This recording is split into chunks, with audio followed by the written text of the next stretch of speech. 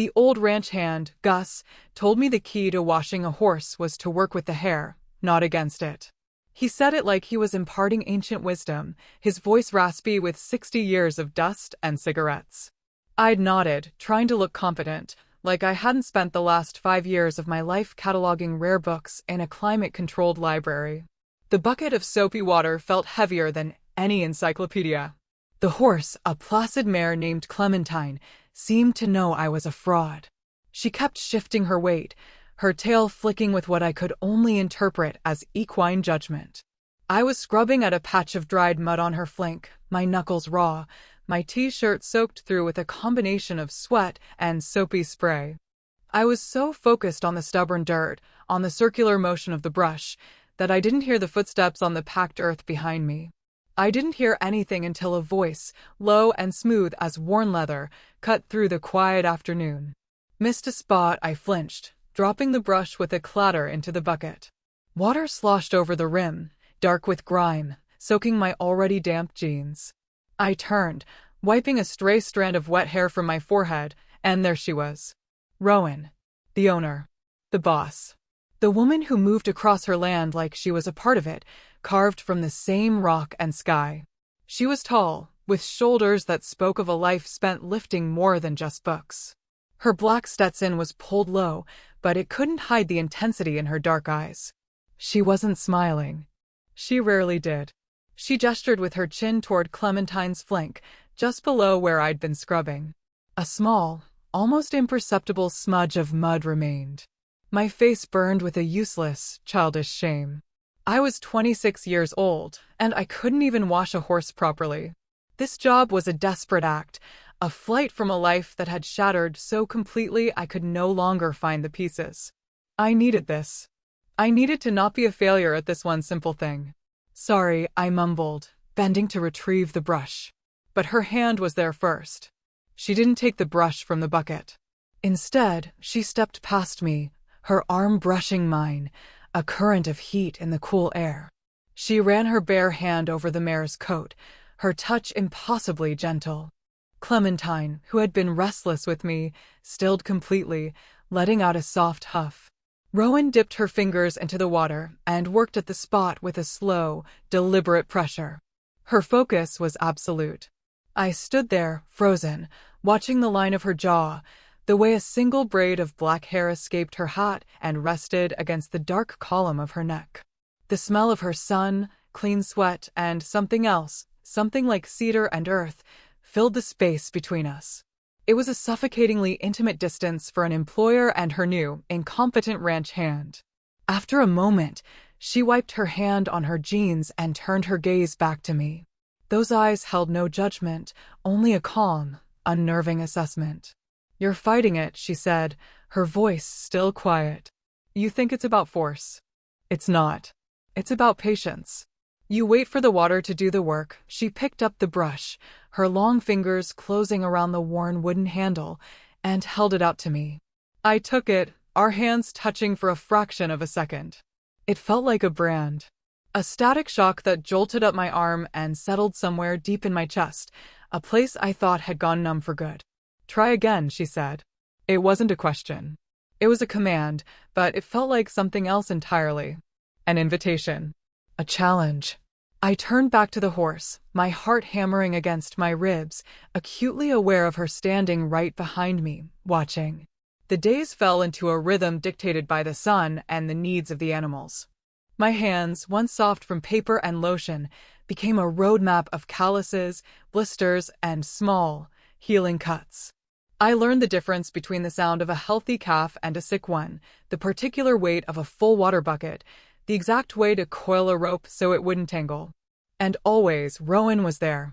She was a silent presence, a shadow at the edge of my vision.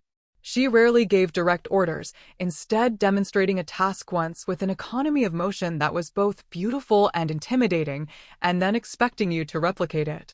There were other hands on the ranch, Gus and 2 young cowboys named Leo and Finn, but Rowan was the center of gravity. Everything revolved around her quiet authority. We rarely spoke of anything beyond the work. Fence is down in the north pasture. We'll move the herd to the high meadow before the rain. Coffee's on. That last one was the most common. Every morning, before the sun had even thought about rising, the light in the main house kitchen would click on.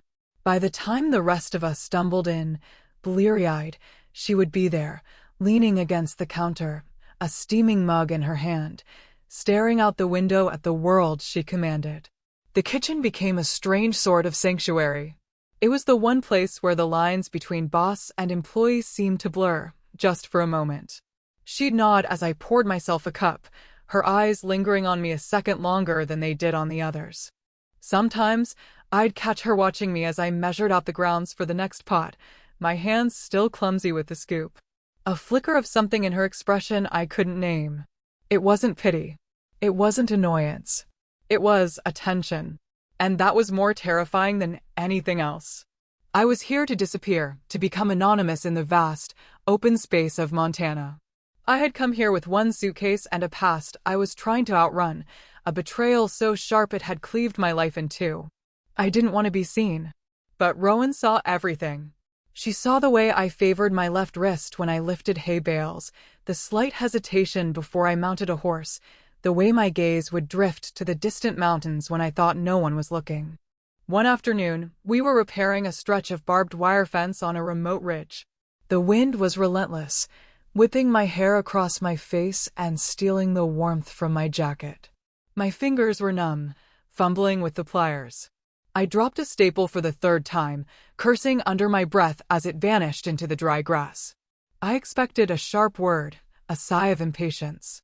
Instead, Rowan simply took the pliers from my hand. "Here," she said, her voice nearly lost in the wind. "Your hands are too cold. Put them in your pockets for a minute." She worked quickly, her own hands sure and steady, stretching the wire taut, sinking the staples with 2 clean hits of the hammer. I stood beside her, useless, my hands shoved deep in my pockets, feeling the uselessness like a stone in my gut. But as I watched her, I saw the fine network of scars on her knuckles, the ingrained dirt that no amount of soap could ever wash away. These were hands that had worked this land their entire life. When she finished the section, she turned to me, and the wind caught a strand of her hair, whipping it across her lips. Without thinking, I reached out and tucked it behind her ear. The moment my fingers brushed her skin, the world stopped. The wind died. The sound of the rattling fence faded. There was only the shocking softness of her skin under the roughness of my fingertips. Her eyes widened almost imperceptibly. She didn't pull away. She didn't move at all. She just looked at me, and in that look, I saw a flicker of the same bewildered longing that was crashing through my own chest. I snatched my hand back like I'd been burned. "Sorry," I whispered, the word tasting like ash. She just gave a slow, deliberate nod, her throat working. She handed the pliers back to me. "Your turn," she said, her voice a little rougher than before.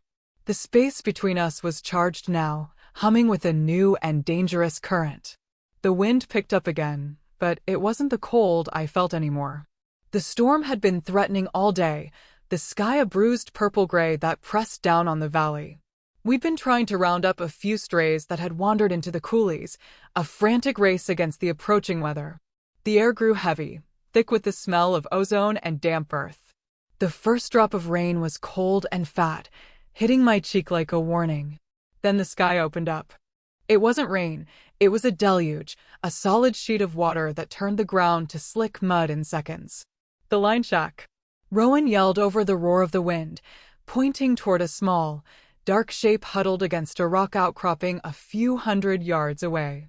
"Go! I'll get the horses." There was no arguing.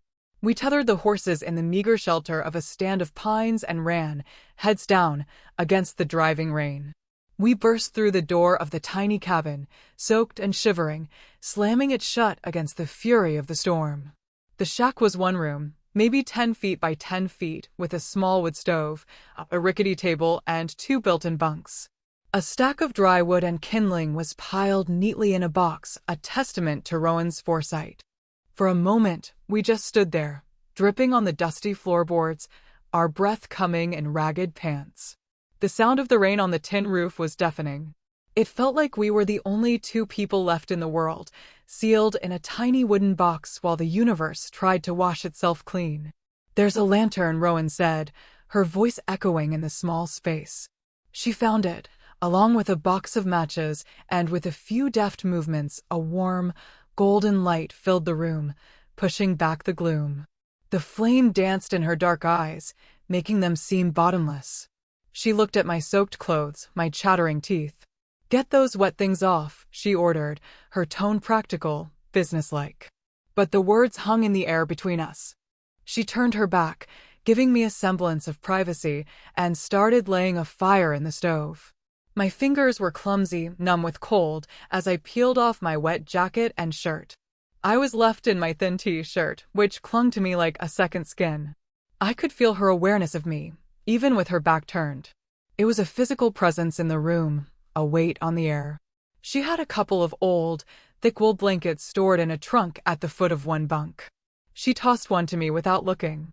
"Wrap up in that," I did, huddling on the edge of the bunk, the rough wool scratching my skin. She tended to the fire, her movements efficient and focused.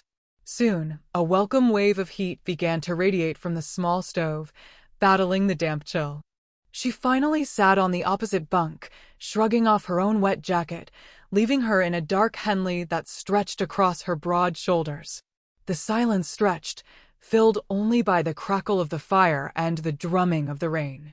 "You never told me why you came here," she said suddenly, her voice soft, almost tentative. She was staring into the fire, not at me. The question was one I had been dreading and expecting since I'd arrived. I'd given a vague, flimsy story about wanting a change of pace, about being tired of the city. It was a lie of omission, and I think we both knew it. I pulled the blanket tighter around me. "I needed to," I said, the words feeling inadequate. "I needed somewhere to go where the ghosts couldn't find me," she didn't press. She just nodded slowly. "This land is good for that," she said. "It's big enough to hold a lot of ghosts without getting crowded." She looked over at me then, her gaze direct, searching. "But sometimes, the ghosts aren't the things you're running from. Sometimes they're the things you should be running toward." I didn't know what to say. The heat from the stove was making me drowsy, my defenses worn down by the cold and the exhaustion. I watched the firelight play over the strong lines of her face, the deep-carved certainty of her. She was everything I wasn't, rooted, powerful, unafraid. And yet, in the quiet intimacy of that cabin, I saw something else in her eyes. A loneliness that mirrored my own. A deep, abiding solitude that she wore like a second skin. The storm raged outside, but the real tempest was inside that tiny room, a swirling vortex of unspoken words and undeniable gravity, pulling us closer and closer together. The fire burned low, casting long shadows that danced on the rough-hewn walls. The rain had softened to a steady, rhythmic patter on the roof, a lulling sound that made the silence inside feel heavier, more profound. We'd been talking for hours, the conversation ebbing and flowing like the tide. It wasn't a confession, not really. It was more like an exchange of carefully chosen fragments, pieces of ourselves offered up like fragile gifts. I told her about the library, about the quiet, ordered life I'd built, and about the woman who had torn it all down, leaving me with nothing but the rubble. I didn't give her names or sordid details, just the shape of the ache, the hollow echo of betrayal. She listened without interruption, her gaze fixed on me, making me feel as though I were the only thing in the room worth looking at. In return, she spoke of the ranch, of her father who had carved it out of the wilderness and poured his life into it. She spoke of the weight of his legacy, the pressure to keep it all going, to be as strong as he was. "He never wanted me to be a rancher," she said, a bitter, self-deprecating smile touching her lips for the first time. "He wanted me to go to college, be a lawyer, something respectable. He thought this life was too hard for a woman." She looked at her own scarred hands. "Maybe he was right, he was wrong," I said, the words coming out with more force than I intended. "This place, it's you.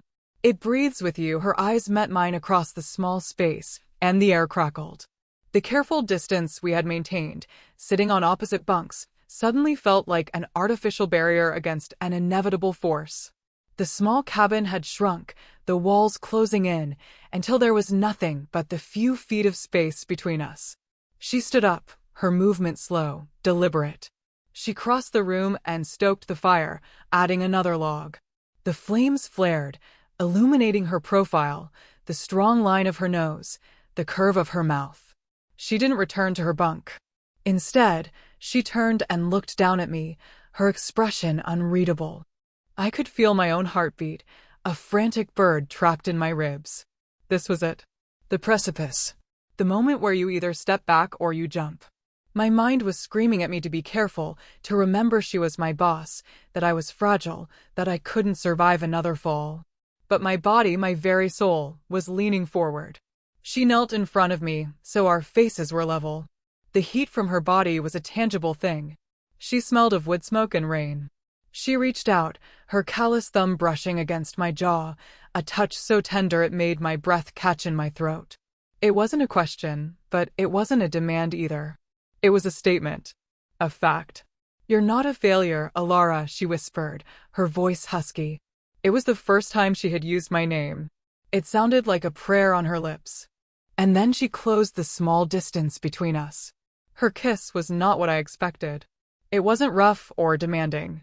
It was slow, searching, a deep and profound exploration. It tasted of coffee and loneliness and a longing so vast it could fill the entire valley.